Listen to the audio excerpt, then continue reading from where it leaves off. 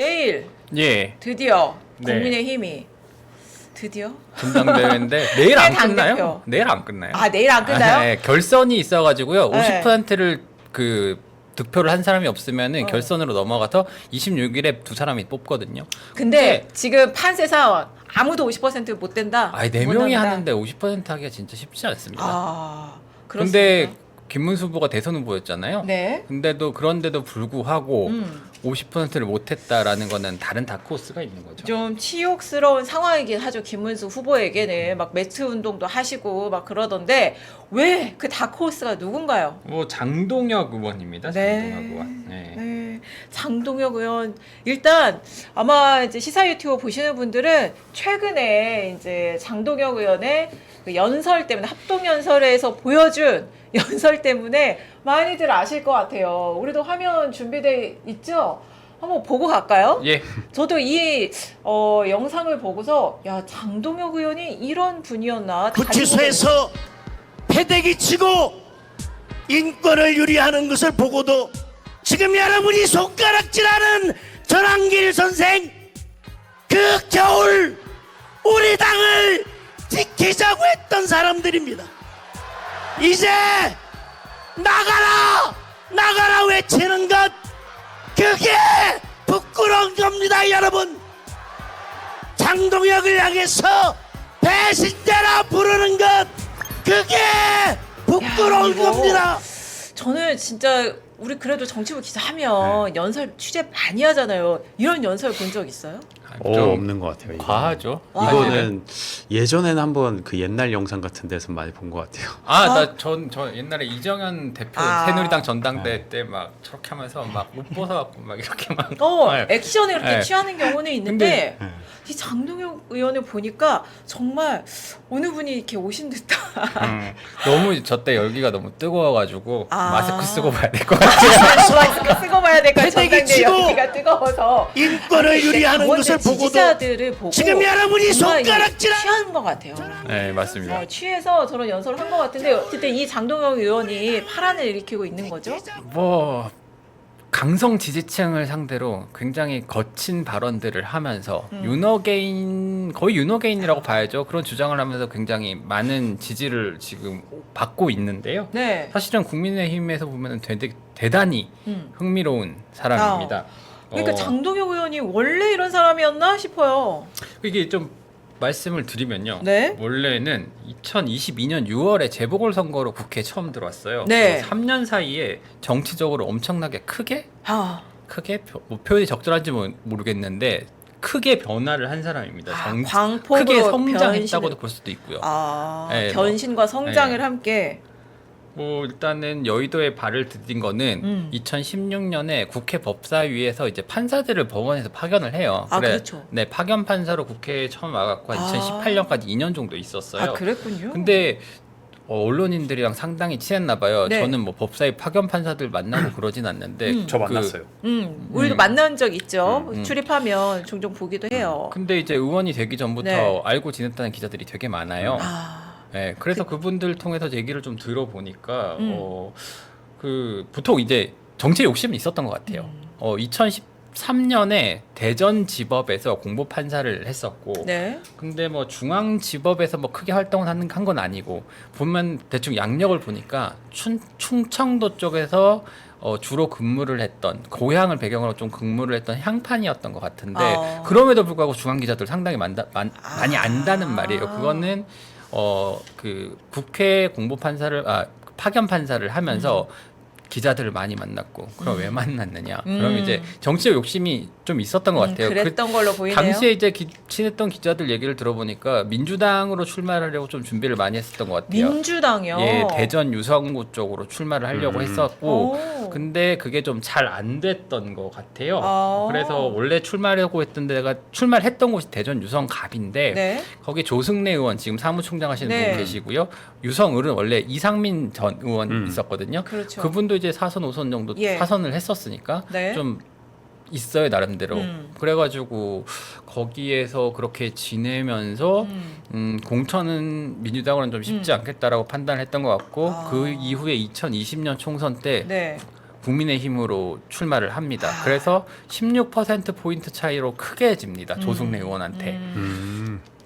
근데 재밌는 걸 좀 보면은요. 오. 2018년이랑 2019년 때 광주지법 부장 판사를 해요. 어. 그때 되게 그 전 국민의 관심을 모으는 사건을 하나 맡았었는데 아. 그게 전두환 씨의 사자 명예훼손 사건입니다. 아, 이제 네. 뭐 그 기총소사 뭐 예. 이런 것들 통해서 이제 사자 명예를 훼손했다 뭐 이런 네. 취지로 있었는데 그때 본인이 그걸 맡아요. 근데 어. 광주에서 재판이 열리니까 네. 전두환 씨가 거기로 가야 되잖아요. 네, 그렇죠. 그래서 이제 근데 뭐 고령을 이유로 못 가겠다라고 얘기를 네, 했었죠. 간이 많이 했었죠. 네, 근데 그런 판사가 오라고 하면 가야 되는데 그때 판사가 장동혁 의원이었는데 어. 오지 말라고 해요. 아, 안 와도 된다. 네, 안 오셔도 된다. 고령이니까 안 와도 된다. 음. 근데 그 이후에 또 뭐가 나왔냐면은 막 골프 치고 전시회 네, 골프도 그랬죠. 치고 네, 그다음에 사진 막 찍혔죠. 호화 오찬하고 막 예. 이러면서 사진 나오고 이래가지고 검찰이 제거해 달라고 했는데 그걸 또 무산시켜요. 네. 그때 좀 제가 드는 생각이 뭐냐면 2018년쯤에는 민주당으로 출마하겠다는 생각을 접었구나. 아. 민주당으로 출마할 거였으면은 뭐 오지 말라는 결정을 내리긴 어려웠을 거예요. 정치적 계산에 그 입각한 뭐 어? 본인의 결정이었구나. 판단이었겠지만 뭐 제가 뭐 생각을 어떻게 할 수 있었겠냐면서도 만약에 짐작해보자면? 민주당으로 정말 출마하겠다는 네. 생각이 강했으면은 부르지 않는 이런 결정을 좀 하기 어렸을 거다. 뭐 맞아요. 그런 생각이 들어요. 네. 그리고 나서 이제 2022년에 국민의힘이 대선을 이기고 네. 그리고 이제 지방선거에서 충남 서천 보령을 지역구로 하는 김태웅 의원이 충남지사로 그렇죠. 나가서 당선이 되고 거기가 네. 지역구가 이제 보궐선거가 네. 생겨요. 그리고 굉장히 거기에- 보수색이 또 강한 지역이죠. 그래가지고 그곳에 출마를 해가지고 당선이 되는 거죠. 네, 서천 보령에 네. 그러니까 0.5선 정도 되나요? 그쵸. 재보선으로 그때는 들어갔으니까. 0.5선이었죠. 네. 그렇게 해서 당선이 됐고 예. 그때로부터 이제 국회의원 생활을 시작하게 됩니다. 그런데 장동혁 의원 친한 게 아니었어요? 그쵸. 이게 되게 이게 스펙트럼이 너무 긴데 일단은 제가 앞에 길게 말씀드린 게 일단은 그 민주당 준비를 좀 하시다가 민주당 그다음에 녹화했어요. 국민의힘으로 나왔다가 이제 낙선을 하고 네. 보령 서천으로 갑니다. 네. 처음에 들어왔을 때만 해도 기자들이랑 굉장히 친했어요. 어. 윤재혁 원내대표 시절에 네. 원내 대변인을 지냈는데 아. 기본적으로 이분이 뭐랄까 은어인데 네. 구라를 잘 풉니다. 아, 이게 네. 기자들이 네, 좋아하죠. 거짓말한다는 사석에서. 뜻은 아니고 네. 썰을 잘 풀어줘요. 네. 특히나 이제 정치적인 좀 네. 정무적인 얘기들을 좀 많이 해주는 편이에요. 해설을 네. 이렇게 맛깔스럽게 하는 능력이 있군요. 그렇죠. 그리고 공보 판사다 보니까 기본적으로 언론을 대하는 마인드도 있고, 그리고 굉장히 합리적인 마인드, 윤석열 정부에 대한 비판적인 얘기들을 사석에서는 좀 많이 했었어요. 오, 그때만 해도. 네, 뭐 공개적으로 나서 이렇게 하면 안 된다까지는 아닌데 음. 그래도 이거는 좀 그렇지 않느냐 뭐 이런 정도로 합리적인 얘기들 어. 많이 했기 때문에 기자들한테 인기가 많았어요. 네. 그리고 나서 이제 한동훈 전 대표 네. 이제 비대위원장 올 때 어. 사실 재밌는 포인트가 몇 가지가 있는데 어. 일단은 윤재혁 복잡해요. 이분의 3년간의 역사가. 네. 네.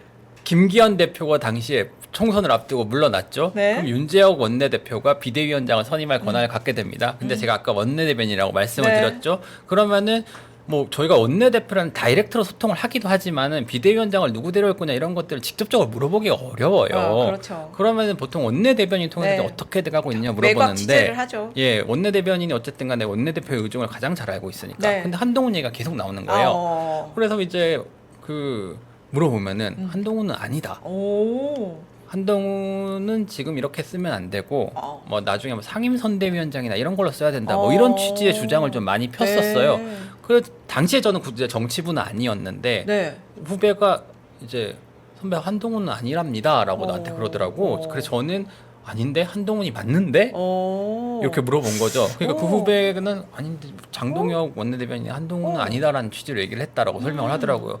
결과적으로는 한동훈 비대위원장이 왔죠. 네.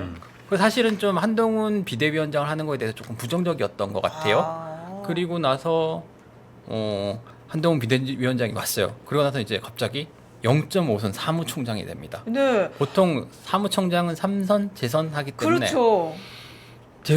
그걸 받은 것도 되게 이례적이었어요. 그러네요. 왜냐하면 보통 당대표 그때는 비대위원장이 거의 당대표 역할을 할 때니까 근데 가장 믿는 사람을 좀 사무총장에 그때 맡긴단 민주당 말이에요. 사무총장은 5선이었을걸요? 예, 그때 민주당은 5선이 사무총장 할 때 그래가지고 이제 어떻게 최측근이 됐지? 총선을 앞두고 0.5선 뭐 사무총장을 시켜놨으니까 뭐 여러 가지. 왜냐면 그때 선거 앞두면 사무총장이 선거 실무를 다 하잖아요. 공천관리도 그렇죠. 하고. 그래서 이제 두 가지 견해가 팽배했습니다. 뭐냐면은 이철규 의원이 직전 사무총장이었어요. 이제 친윤 핵심이죠. 네, 그렇죠. 이분이 직전 사무총장이었으니까 공천이라든가 이런 것들을 이철규 의원이 주도하고 실권을 잡고 가기 위해서 바지 사무총장을 내세운 거라는 그런 해석이 하나 있었고 네. 뭐 실제로 그런 해석이 상당히 힘이 많이 실렸었는데 어느 순간부터인가 이제 본인의 뭐랄까 존재감 드러내려고 합니다. 이게 네. 한동훈 전 대표랑 윤석열 전 대통령 측이랑 네. 이제 사이가 멀어지기 시작하면서부터 이제 공천을 두고 파열음이 좀 많이 났어요. 그랬죠. 이제 이철규 의원은 아무래도 용산의 의중을 네. 좀 공천에 반영하려고 하는 네. 거였고 그 다음에 장동혁 의원은 이제 사무총장이니까 네. 공관위에서 이제 적절한 제어를 하려고 하는 입장이었는데 보통 공천이라는 게 여론이 되게 중요하거든요. 그래가지고 뭐 이철규 의원에서 시작된 걸로 추정되는 언론 보도들이 나옵니다. 예를 들면 친윤 인사 누구가 어디에 뭐 좋은데 공천을 받을 것으로 보인다라거나 그것보다 더한 건 이제 비윤 누구 자른다, 비윤 누구 뭐 험지 보낸다, 뭐 요런 것들 있잖아요. 그럼 사무총장이 기분 나쁘지. 그렇죠. 그러니까 그런 식으로 이제 그 이철규 의원이 언론의 방향을 좀 통제하려고 했던 거예요. 그 방향을 통제하기보다 만들어 나가려고 네, 했던 거예요. 네. 그런데 갑자기 어느 순간 장동혁 의원이 사무총장 하면서 아침 8시마다 7시 반 8시 이때 이제 브리핑을 시작해요. 정리의 브리핑을. 정말 그러면은- 이례적인 일이네요. 7시 반 8시에 브리핑하고. 그러면은 기자들이 거기를 가서 기본적으로 그날 아침에 기사 방향을 장동혁 사무총장의 얘기를 토대로 네. 이게 나가게 됩니다. 네. 그리고 뭐 그 전날에 있었던 뭐 용산의 의중이 담긴 언론 보도에 대해서 물어보면은 아니라고 얘기해요. 그럼 그 보도 안 받았을죠? 이 전문 용어로 언론 플레이 경쟁하는 거 아니에요? 맞아요.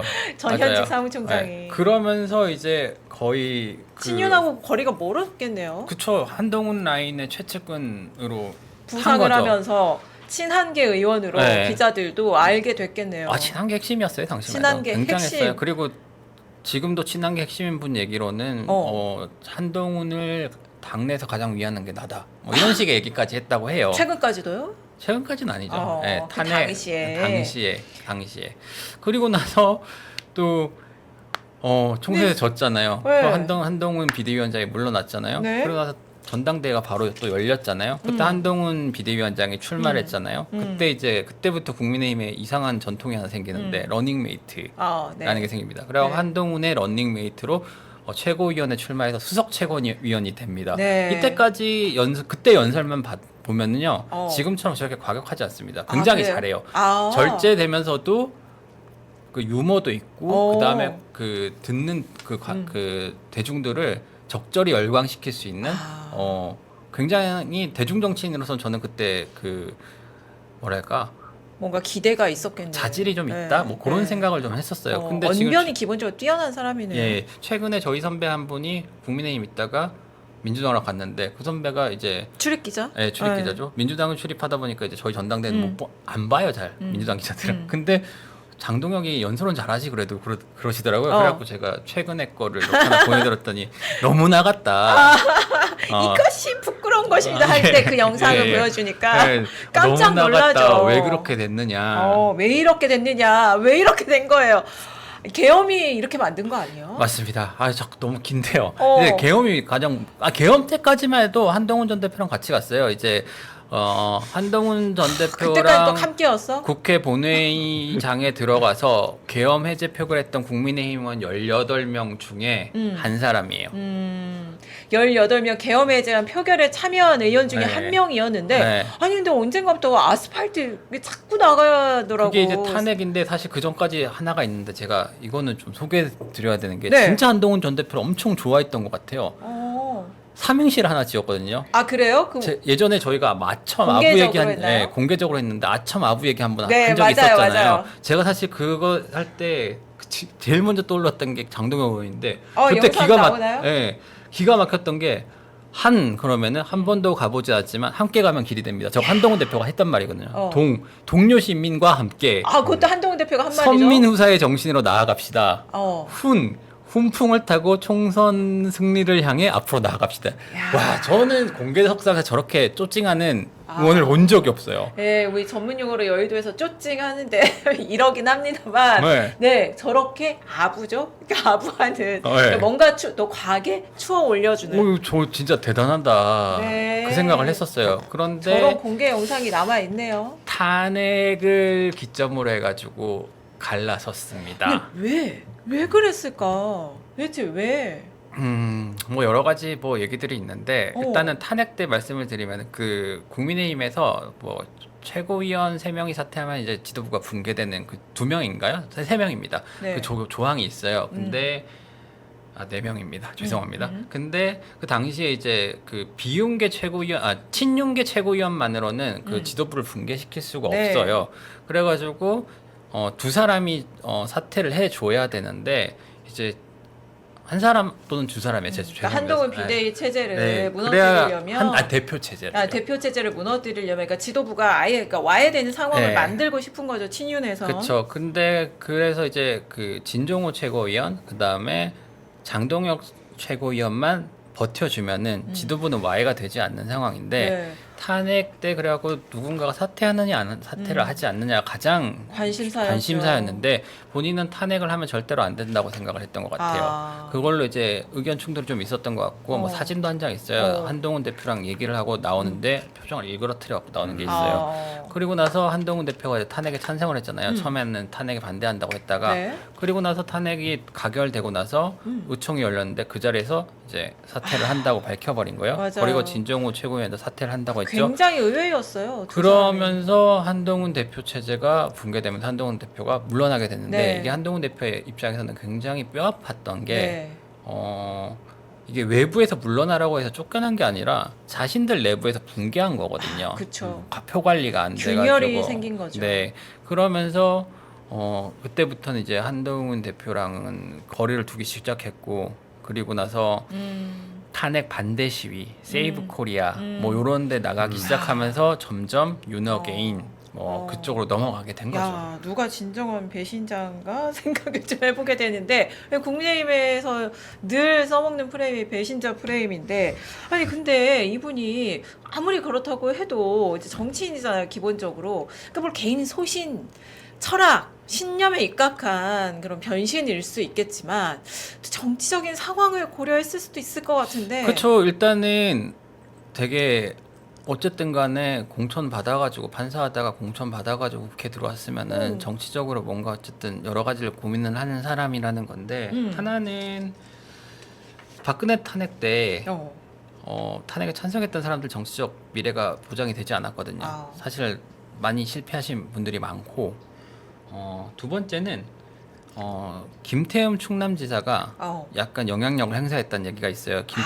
김태흠 지사 같은 경우에는 친윤이기 때문에 네. 그래갖고 친윤 공천 받아가지고 지사를 한 사람이잖아요. 네. 그렇다 보니까 지역구를 그 지역구 물려준 고향 네. 선배잖아요. 그래 와가지고 야 너 한동훈 그거 좀 하지 말아라. 뭐 이렇게 해서 혼이 났다라는 얘기가 돌았고 그 이후에 좀 자중을 했다라는 얘기가 있고 거기서 이제 한 발 더 나아가면은 이제 막 탄핵이 가결되잖아요. 탄핵이 통과되고 그다음에 내년 지방선거 열리고 김태흠 지사가 당선 안 될지는 모르겠으나 네. 낙선 가능성도 굉장히 높아진 거잖아요. 네. 그러면은 자신의 지역구로 돌아오려고 할 수도 있는 거고. 야, 여러분 정치인들이 국회의원들이 이렇게 복잡한 계산을 하고 삽니다. 그럼 물론 그럴 수 있다는 거예요. 돌아올 수도 있고 그렇게 되면은 그러면 자신의 입지를 약간 위협이 되니까. 당연히 위협이 되죠. 충남지사를 했고 거기서 3선을 한 최고위원까지 그렇죠. 했던 정치 대선배가 자기의 지역구에 다시 돌아와서 하겠다고 하면은 경선에서 만약 붙는다고 하면은 과연 어떻게 될 것인가 뭐 장담할 수 없죠. 그런 부분까지 고려를 해서 과격한 전사로 어. 거듭났다라는 평가들이 당내에서 나와요. 야, 그래서 자기 지지층도 확보를 하고 이 전당대회 출마를 해서 인지도도 올리고 지역구도 좀 지키고 근데 그런 계산이 깔린 것 아닌가. 이게 좀 설명드리면 1.5 사무총장에서 수석 최고위원이 되고 그다음에 어. 당대표 후보까지 되고 어쨌든 이 과정을 보면은 그게 3년 안에 이뤄진 거거든요. 네. 그럼 정치적으로 성공을 한 건 크게 성공을 한 거죠. 아니 민주당에서 이런 3년 동안 이 정도로 인지도 올리고 이 정도의 이 대변신을 하는 정치인 민주당은 있죠. 또 누구지? 이재명 대표 아 0.5선으로 들어와서 대표 아, 배지 달고 대표한 다음에 그 대표 정말 2번 순수한. 하고 근데 그걸 노선을 막 바꾸진 않지 않았어요? 그쵸. 변방에서 중심으로 확 이렇게 올라온 왔다 거지? 갔다 하는 경우는 진짜 찾아보기 힘들어요. 맞아요. 진짜 유래를 찾기가 네. 쉽지 않은 케이스예요.